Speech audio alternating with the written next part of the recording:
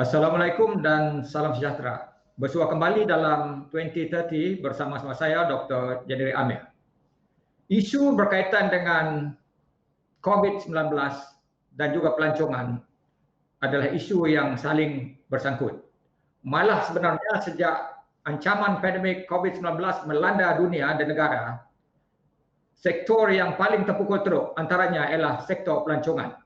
Malah sudah lebih 15 bulan industri pelancongan menderita disebabkan oleh pandemik itu. Jadi kali ini saya jemput tampil melalui dalam talian ialah Yang Berhormat Datuk Seri Hajah Nancy Sukri, Menteri Pelancongan, Seni dan Budaya.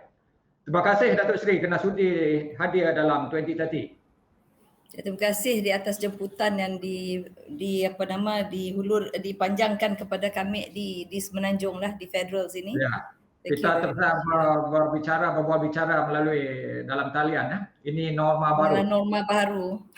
Baik, Datuk Seri. Apabila mendengar ataupun diberitahu, dimaklumkan bahawa akan ada PKP, sekatan pergerakan penuh, apa yang terlintas segera dalam pemikiran Datuk Seri sebagai Menteri Pelancongan, Seni dan Budaya? Ya, terlebih dahulu saya mengucapkan terima kasih. Assalamualaikum warahmatullahi taala wabarakatuh kepada semua yang menyaksikan program kita ini.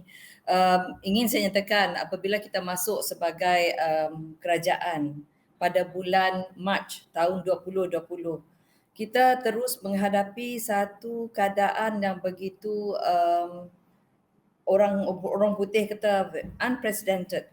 Walaupun mungkin keadaan ini telah berlaku sebelum tahun 2020, tetapi oleh kerana keadaan di Malaysia itu ada berbeza pada masa itu, jadi tumpuan orang adalah kepada perkara yang lain. Jadi apabila kami mengambil alih, ianya satu perkara yang menjadi satu bukanlah dikata kejutan kerana sebagai kerajaan kita perlu bersedia. Jadi kita perlu bersedia menghadapi apa yang akan berlaku dalam negara kita. Jadi saya sendirilah, it is something very very new to me kerana saya hanya membaca daripada Google cerita melalui WhatsApp about 100 years ago ada Spanish flu. Spanish flu. This is something yang diorang kata lebih kurang macam tu. You see the situation now. Namun begitu kita tidak dapat nak kata orang berlengah-lengah. Kami terpaksa berfikir macam mana untuk how do you want to put food on people's table. Orang nak beri makan orang. So those are the things that we have to think of. Jadi apa yang ada dalam kementerian yang boleh kita gunakan sebagai sebagai cara untuk membantu rakyat. Bayangkan kalau kementerian kami, Kementerian Pelancongan, Seni dan Budaya, it is a very dan kalau kita melihat kepada sudut pelancongan saja, talking about penginapan, bercakap mengenai pengangkutan, shopping, restoran dan sebagainya. Semua ini memberi pekerjaan kepada orang. So we have to focus our mind. Berapa orang yang terbabit Datuk Seri agak-agaknya dalam sektor ini? Apa dia?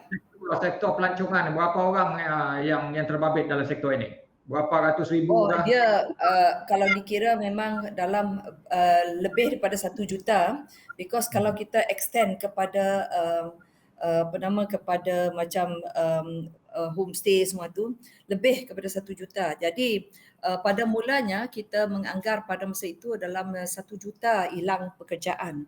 Jadi bayangkan bila kita kita merangkumi semua pekerjaan dari segi airline saja. Kalau kita ingat report pada tahun 2020, saya ingat menjawab soalan pada masa itu, I think about 8,000 yang kena lay off kerana pandemik ini. Jadi kalau itu saja 8,000, bayangkan lebih kurang dalam berapa juta, because kita melihat dari sudut the downstream jugalah. Dia bukan saja perhotelan. Jadi apa yang berlaku ialah kita terpaksa melihat daripada kesemua agensi industri ini yang terlibat dalam pelancongan. Jadi kalau dikira pada baru-baru ini, saya baru saja melapor semalam dalam kita punya cabinet meeting. Laporan saya pada semalam dalam cabinet meeting, saya mendapat laporan melalui Persatuan Malaysian Association of Hotels, lebih daripada 100 hotel telah menamatkan operasi sejak Mac 2020. Ini suatu yang dahsyat, dia punya dampak atau kesannya amat dahsyat. Itu telah menjejaskan 7,000 pekerja secara langsung, direct, bukan indirect ini. Jadi berdasarkan lagi kepada Suruhanjaya Syarikat Malaysia, sebanyak 625 syarikat ataupun perkhidmatan penginapan. Kalau you talk about perkhidmatan penginapan, hotel, resort, motel, homestay, apartment, dia ada yang menjalankan asrama, they call it, ada yang menjalankan macam asrama, dia aktiviti penginapan lah. Jadi ada 625 buah yang telah menutup ataupun digulung ataupun dibubarkan bagi tempoh 1st of March sehingga 31st December. Jadi doktor, perkara ini yang kita perolehi secara rekod rasmi pada masa ini. Tapi pada masa yang sama saya agak optimistik lah. Saya mengharapkan apabila kita kembali di mana kita buka semula tourism industry ini ataupun travelling ini, maka mereka akan membuka semula. Selain daripada itu juga yang kita agak terkesan betul ialah dari segi traffic passengers yang datang tu, passenger traffic yang datang, orang datang masuk ke dalam negara kita. Ini laporan daripada MAFCOM ataupun Suruhanjaya Penerbangan Malaysia. Kalau pada tahun 2020, pergerakan penumpang ataupun passenger traffic adalah seramai 26.7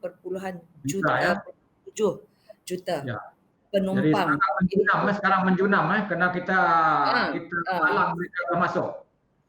Kalau menjunam tu 75.5% doktor. Dia menjunam berbanding dengan tahun 2019. Kerana pada tahun 2019 kita ada 109.2 juta penumpang. Jadi inilah yang nampak betul terkesannya. So kita baik Datuk Sri, kita berhenti rehat dan ini bukan saja saya fikir memberi kesan dari jumlah pelancong luar yang datang ke Malaysia yang sepatutnya kita bercecah 30 juta, tetapi juga memberi kesan terhadap pendapatan negara. Satu ketika dulu mengikut data yang saya ada sekitar 86 bilion sepatutnya pendapatan kita, dan saya percaya ini juga memberi kesan dari segi KDNK negara. Jadi untuk perkataan kita bincang lagi selepas rehat.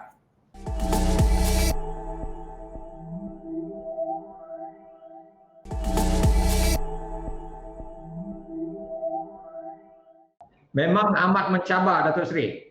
Sektor pelancongan antara yang terpukul teruk seperti yang kita sebutkan tadi, dan agaknya kalau dapat Datuk Seri kongsikan lagi, uraikan lebih lanjut apa agaknya cabaran-cabaran lain yang dihadapi oleh Kementerian Datuk ketika pelancongan ini hampir lumpuh atau memang lumpuh disebabkan oleh ancaman.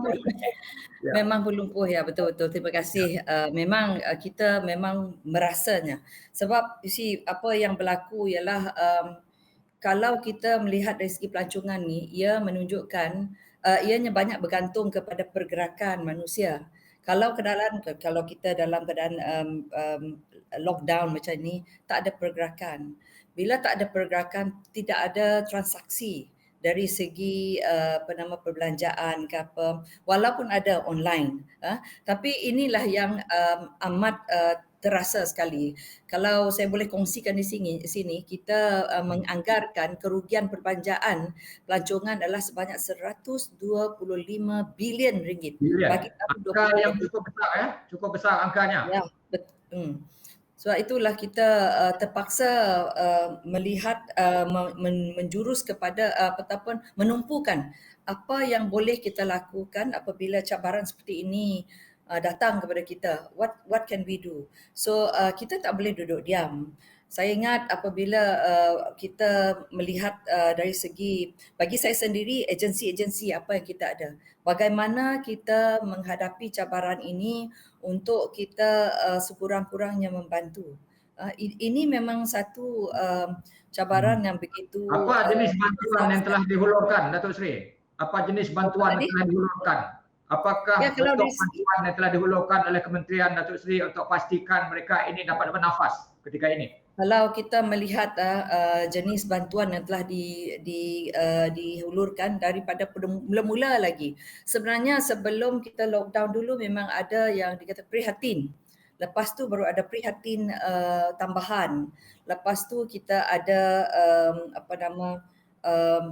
yang baru-baru ini pemerkasa, quite number yang kita ada, kita bantu. Dan di antaranya membantu kepada golongan di bawah kita punya kementerian ialah guide, tourist guide, pelancong,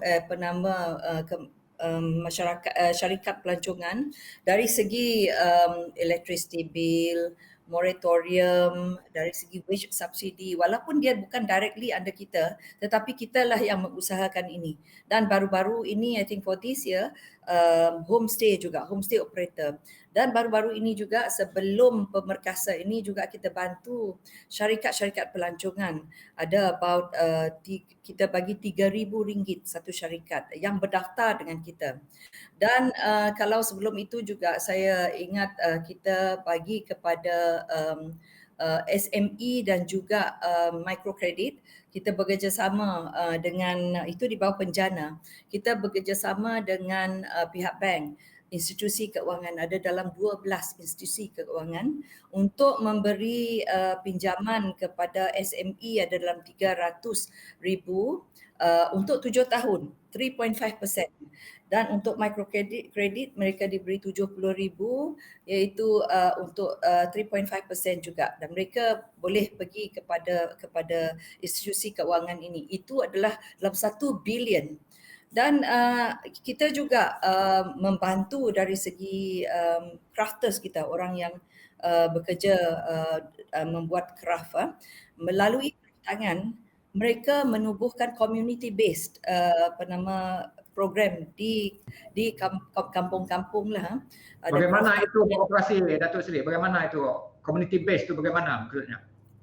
Macam saya ambil contoh, very easy because bagi saya kawasan saya sendiri di Gedong misalnya, kita ada tenunan songket.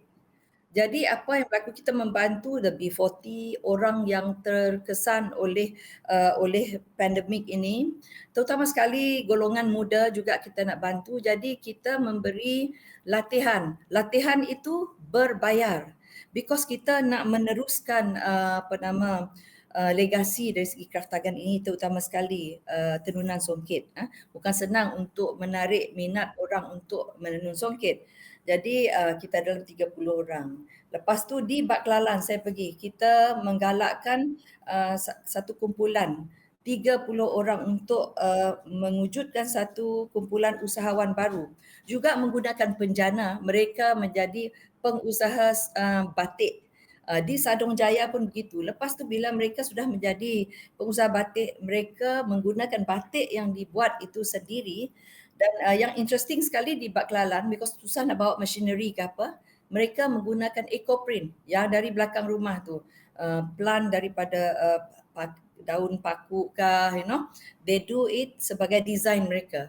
Jadi dengan itu mereka telah buat sendiri. They even supply untuk, macam kat Sarawak hari itu 31st December, itu dari Sadong Jaya, supply baju batik daripada kampung. Tak lagi menggunakan industri besar-besar nak beli. Sesuatu yang menarik, sesuatu menarik bagaimana mereka bertindak balas di tengah-tengah ancaman COVID-19 ini. Jadi Datuk Seri, saya nak tanya, apa reaksi atau kesan terhadap segala insentif dan bantuan atau geran yang telah dihulurkan oleh Kerajaan Persekutuan?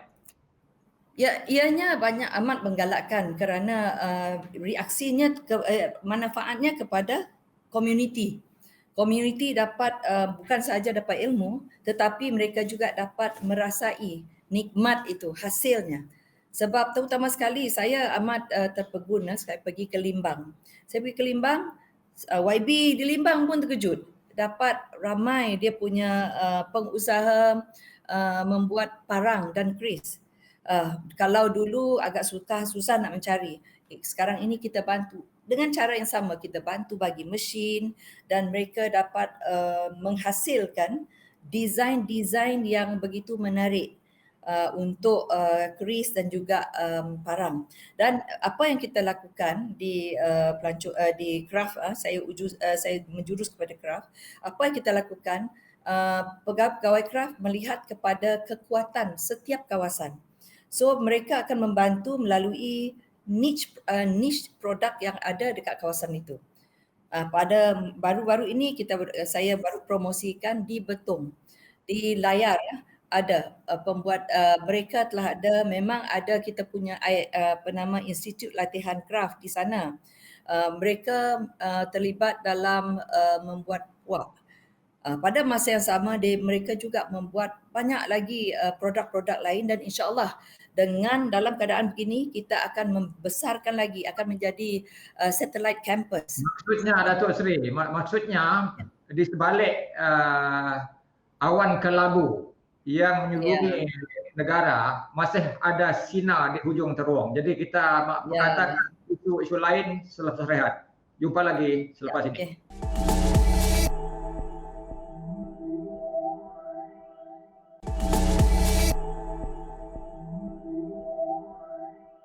Datuk Seri, sebagai Menteri Pelancongan, Seni dan Budaya yang memainkan peranan untuk mencetuskan, menggalakkan dan merancangkan industri pelancongan bukan saja di Sarawak tetapi di seluruh Malaysia. Jadi tapi apapun, kali ini saya nak tanya secara spesifik, apa agaknya idea atau strategi yang mungkin bermain dalam pemikiran Datuk Seri untuk merancangkan sektor pelancongan di Sarawak secara khususnya dari segi produk baru pelancongan? Ya, terima kasih banyak Doktor. Ini peluang yang terbaik untuk saya kongsikan dengan orang Sarawak. Kita tu anak jati Sarawak. Memang kita mempunyai perasaan yang begitu, it's very close to my heart lah. Lagipun memang kalau dalam bahagian pelancongan seni dan budaya ni, I think I'm in the right industry in terms of my own background. Jadi saya merasa agak terkilan kalau saya sendiri tak membuat sesuatu.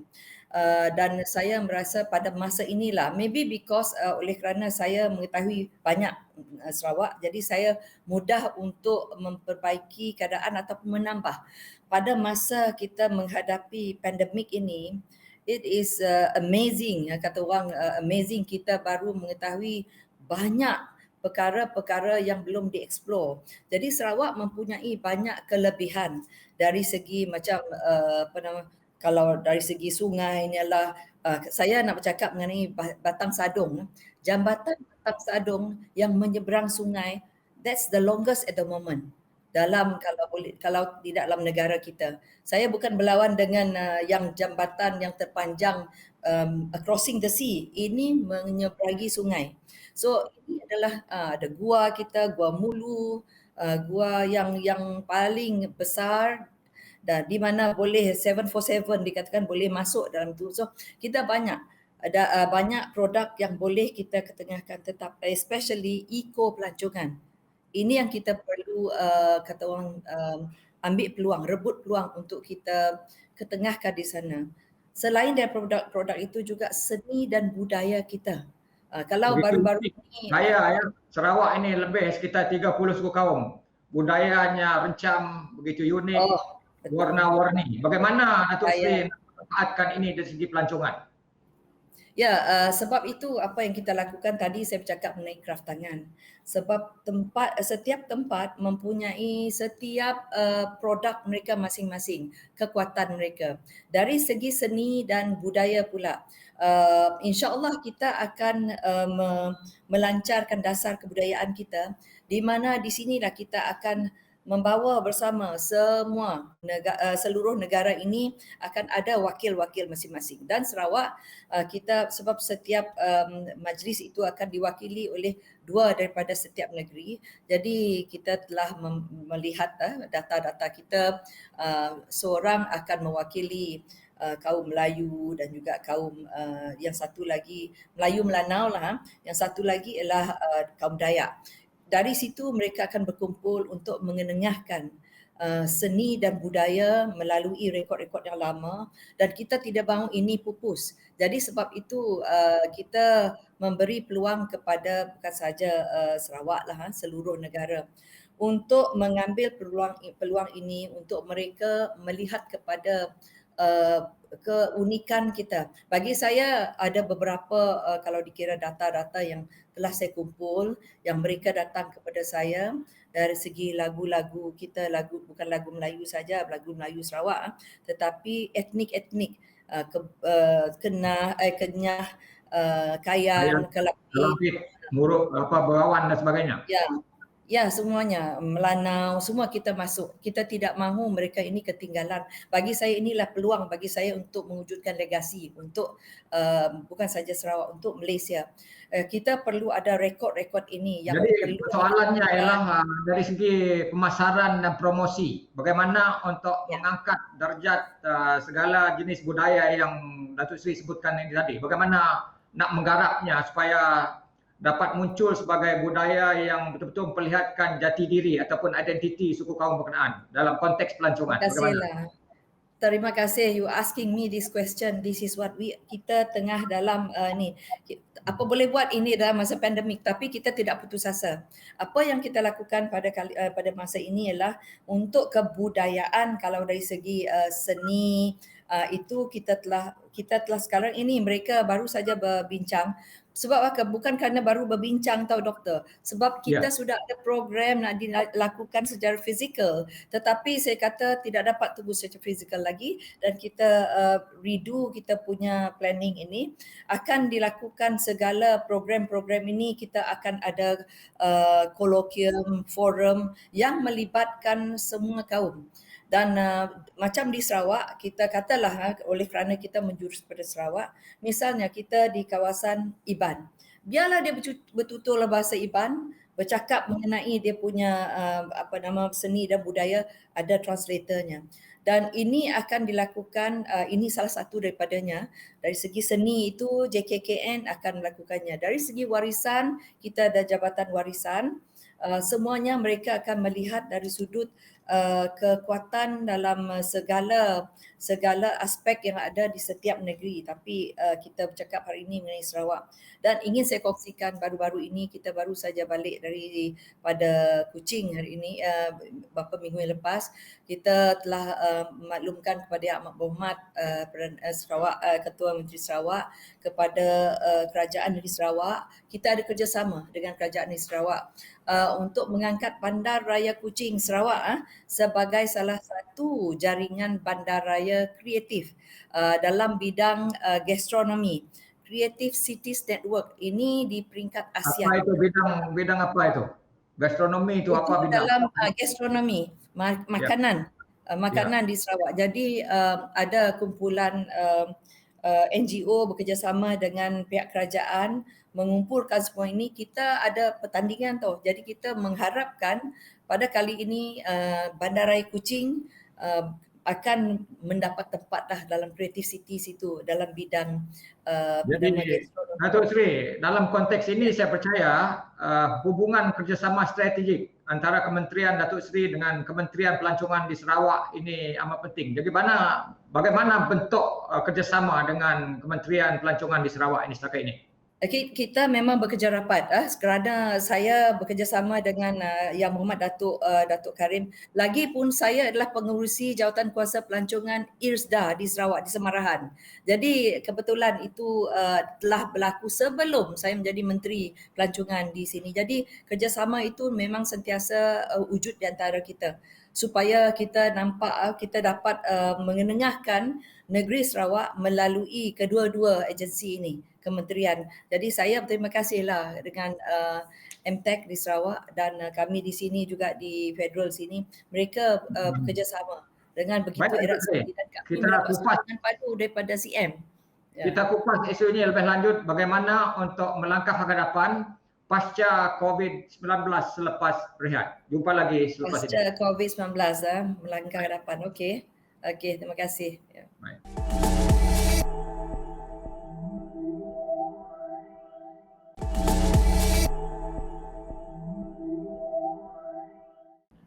Anda sedang mengikuti 2030. Tetamu saya kali ini adalah Datuk Seri Hajah Nancy Sukri. Datuk Seri, ini sektor ataupun kementerian yang diterajui Datuk Seri ini merupakan sektor penting dari segi termasuk dari segi sumbangan untuk pendapatan negara, KDNK dan sebagainya. Jadi untuk itu dasar pelancongan negara yang betul-betul ampuh amat penting. Jadi dapat Datuk Seri huraikan apa yang terkandung dalam dasar pelancongan negara bagi memungkinkan kita dapat mencapai matlamat dan sasarannya nanti. Terima kasih. Dasar pelancongan negara adalah satu dokumen yang menjadi panduan kepada kita untuk tahun 2020 ke tahun 2030. Dia ada 6 teras, tapi kalau nak cakap banyak sangat 6 teras tak cukup masa kita. Tapi saya nak highlight di sini dalam dasar pelancongan negara ini, melalui inilah kita akan memperbaiki keadaan kita di seluruh negara. Dan kita walaupun figures dalam pelancong ni, kalau pelancong datang kita melihat berapa ramai, 26 juta ke apa. Tapi kali ini kita bukan hanya bergantung kepada figure. Sebab kita nak catch up apa yang kita telah hilang sebelum ini. Jadi kita mahu high yield turis yang datang yang akan belanja dengan besar. Tetapi untuk menyiapkan diri kita dengan ini, itulah tadi kita bercakap mengenai produk pelancongan kita, and we have more now, kita tambah-tambah. Supaya mereka dapat tinggal di Malaysia ini lebih lama, berbelanja lebih besar dan sebagainya ya. Ya, and then tapi to be fair with the tourist juga, untuk berlaku adil pada mereka, kita perlu sediakan infrastruktur yang yang cantik, yang lengkap. Kalau saya ambil contoh lah, macam di rumah di Cultural Village Sarawak, kita baru beri 5 juta untuk mereka menaik taraf infrastruktur mereka, and this is the right time untuk menaik taraf itu. Dan selain daripada itu juga, kita memang menyasarkan strategi jangka pendek, kita mahu build confidence in the people. Tapi bagaimana kita nak meyakinkan pelancong kalau kita sendiri vaccination program kita masih belum begitu hebat sekali ya, belum besar. Tapi kita harap selepas suntikan itu boleh mencecah sekitar 70-80%, ini kita akan dapat wujudkan kekebalan kelompok nanti, dan kemungkinan itu dapat herd immunity itu yang kita nak capai. Betul doktor. Jadi sebab itu kami di Kementerian Pelancongan ini kami telah menyasarkan akan melakukan vaccination ini bekerjasama dengan MOSTI, dengan KKM, dan kami telah mendapat kelulusan. Mereka akan memberi kita 18,000 dos untuk pertama yang kita akan launch pada 7 hari bulan Jun ini. Ini akan membantu industri pelancongan di mana mereka yang terlibat ini, yang selama ini mereka minta menjadi frontliners, dan syukur Alhamdulillah, insyaAllah mereka akan menjalankan kita akan menjalankan vaccination ini untuk mereka. Lepas itu juga, because ini akan memberi keyakinan kepada orang ramai untuk datang kemari. They are the ones yang akan dealing dengan pelancong nanti. Jadi kita akan melakukan ini untuk fasa pertama pada 7 Jun. Jadi sekurang-kurangnya kita strategi kita untuk mengadakan travel bubble kita akan ada travel bubble, green bubble kita dengan negara-negara luar, misalnya maybe dari Dubai, misalnya Qatar dengan Langkawi. Sebab apa Langkawi kita pilih? Sebab Langkawi lah tempat ramai pelancong, so kita minta supaya di Langkawi itu seramai-ramainya kita vaccinate dulu. Dan dia ada airport yang ada international airport yang datang daripada Qatar, dan di sini kita boleh mulakan pelancongan punya aktiviti dahulu. Datuk Seri optimistik bahawa sektor pelancongan yang diterajui Datuk Seri ini akan dapat bangkit kembali pasca COVID-19? InsyaAllah, saya berdoa dan memang very optimistic. Cuma saya minta lah supaya orang ramai juga bekerjasama untuk melindungkan diri mereka dan juga mereka supaya mereka dapat bekerja seperti biasa. So ini adalah tanggungjawab kita bersama. Tapi bagi saya memang optimistik sebab saya berterima kasih juga dengan industri, penggiat-penggiat industri kita. Mereka juga very kata orang very optimistic untuk membantu bersama bagi membolehkan pelancong datang kemari, aktiviti pelancongan dapat dimulakan lagi macam biasa. Baik, apa seruan, gesaan atau nasihat Datuk Seri kepada pemegang taruh atau pemain industri ini ketika mereka berdepan dengan cabaran yang begitu hebat sekarang? Ya, bagi saya pesanan saya lah supaya mereka sama-sama, we don't look to the back, okay? Kita move forward, kita maju ke hadapan, pandang ke hadapan apa yang boleh kita lakukan untuk memperbaiki keadaan kita dan sama-sama memberi saranan yang membantukan, bukannya untuk melemahkan industri kita. Jadi sama-sama kita bekerjasama, ya. Hashtag kerjasama dengan kita, hashtag kita minta ini, this is our what we call our stronger in recovery. Come stronger in recovery. Sama-sama kita we come stronger in recovery supaya kita punya industri ini menjadi industri yang cepat kembali. I know pelancongan ini, the minute kita buka, macam kita buka domestik ni, wah macam semut mereka mula bergerak. So saya kita percaya, Datuk Seri, saya percaya selepas COVID ini dapat diredakan, orang yang telah terpendam lama, berkurung dalam rumah, dalam negeri dan sebagainya akan menggelegak keinginan mereka untuk keluar negara, masuk ke Malaysia dan sebagainya. Bagaimana itu kemungkinan? Yes. Ya, kita nak yang perbelanjaan orang kita yang pergi ke luar negara dalam 40 bilion sebelum ini, kita nak mereka belanjakan dalam negara kita. Dan begitu juga kita masih juga perlu mempromosikan tourism ini. Doktor, ramai orang mengatakan kenapalah saya nak mempromosikan tourism pada masa COVID ini. Saya perlu meneruskan promosi ini bagi supaya mereka di luar negara ini terliur untuk datang kemari. They will dream today and come tomorrow. Ini yang kita mahu. Jadi kita tidak boleh putus asa. Jadi semuanya ini orang kita nak pergi keluar kan, tetapi saya rasa orang kita sekarang ini, orang domestik ini kan, ramai yang ingin nak pergi ke negeri-negeri yang belum pernah mereka pergi. Sebab itu kita perlu promosikan setiap produk yang ada dalam negeri kita dan sama-samalah kita memainkan peranan itu. Saya berharap Dr. dan TVS juga memainkan peranan itu. Datuk Seri, saya beri Datuk Seri sekitar 40 saat. Harapan dan impian Datuk Seri selepas COVID ini reda. Oh, harapan saya adalah, ya, dari segi pelancongan, harapan saya adalah kita dapat menerima seramai-ramai yang dan berbelanja. Kalau tak ramai yang datang tapi berbelanja banyak, so that we can dapat menambahkan pendapatan dalam negara kita. Kita tidak mahu hilang pekerjaan kepada mereka yang bekerja dengan industri pelancongan, tidak mahu mereka hilang pekerjaan. Dan semoga mereka ni semua kita akan menjadi lebih kuat. Menjadi rakyat Malaysia lebih kuat untuk bersedia untuk menjalankan tugas kita dan seterusnya membantu untuk menjanakan pendapatan melalui. Terima kasih Datuk Seri. Terima kasih Datuk Seri. Terima kasih banyak. Syukri kerana sudi tampil dalam 2030. Sesungguhnya kita mengharapkan akan ada sinar di hujung terung apabila COVID-19 ini berakhir. Dengan itu sekian saja, jumpa lagi minggu depan.